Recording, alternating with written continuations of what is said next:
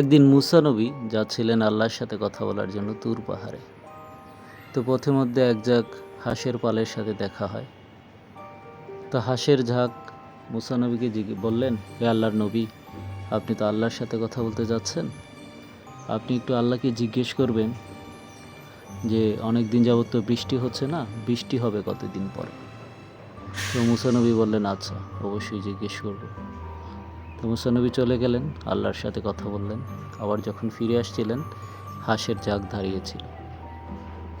তো হাঁসের ঝাঁক জিজ্ঞেস করলো, হে নবী, আপনি কি আল্লাহকে জিজ্ঞেস করেছিলেন বৃষ্টি কবে হবে? নবী বললেন, হ্যাঁ, আমি জিজ্ঞেস করেছিলাম। আল্লাহ বলেছে যে 40 বছর পর বৃষ্টি হবে, 40 বছরের মধ্যে বৃষ্টি হওয়ার কোনো সম্ভাবনা নেই। তো হাঁসের ঝাঁকগুলো শুনে বলল, আলহামদুলিল্লাহ। নবী অবাক হইলেন যে 40 বছর পরে বৃষ্টি হবে, তারপরও আলহামদুলিল্লাহ বলছো।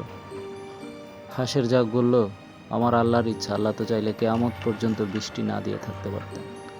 আল্লাহ যেহেতু 40 বছর পর বৃষ্টি দিবে, আল্লাহর ইচ্ছা হয়েছে, এজন্য আমরা শুকরিয়া জ্ঞাপন করছি আল্লাহ। তো হাঁস আলহামদুলিল্লাহ বলার সাথে সাথেই আল্লাহ বৃষ্টি বর্ষণ করে দিলেন।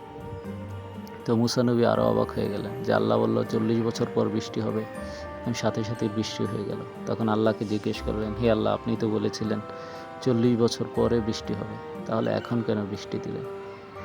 আল্লাহ বলল, যখন আমার কোনো বান্দা বা আমার কোনো সৃষ্টি আমার শুকরিয়া জ্ঞাপন করে, তখন আমি তার নিয়ামত আরও বাড়িয়ে দিই। তো যেহেতু হাঁসের ঝাঁক 40 বছর পরেও বৃষ্টি হওয়ার কথা শুনে আলহামদুলিল্লাহ বলেছে, আমি তার উপর খুশি হয়ে আমি বৃষ্টি বর্ষণ করে দিয়েছি। সো বন্ধুরা, সবাই আলহামদুলিল্লাহ বলুন, যেই পরিস্থিতিতেই থাকুন না কেন।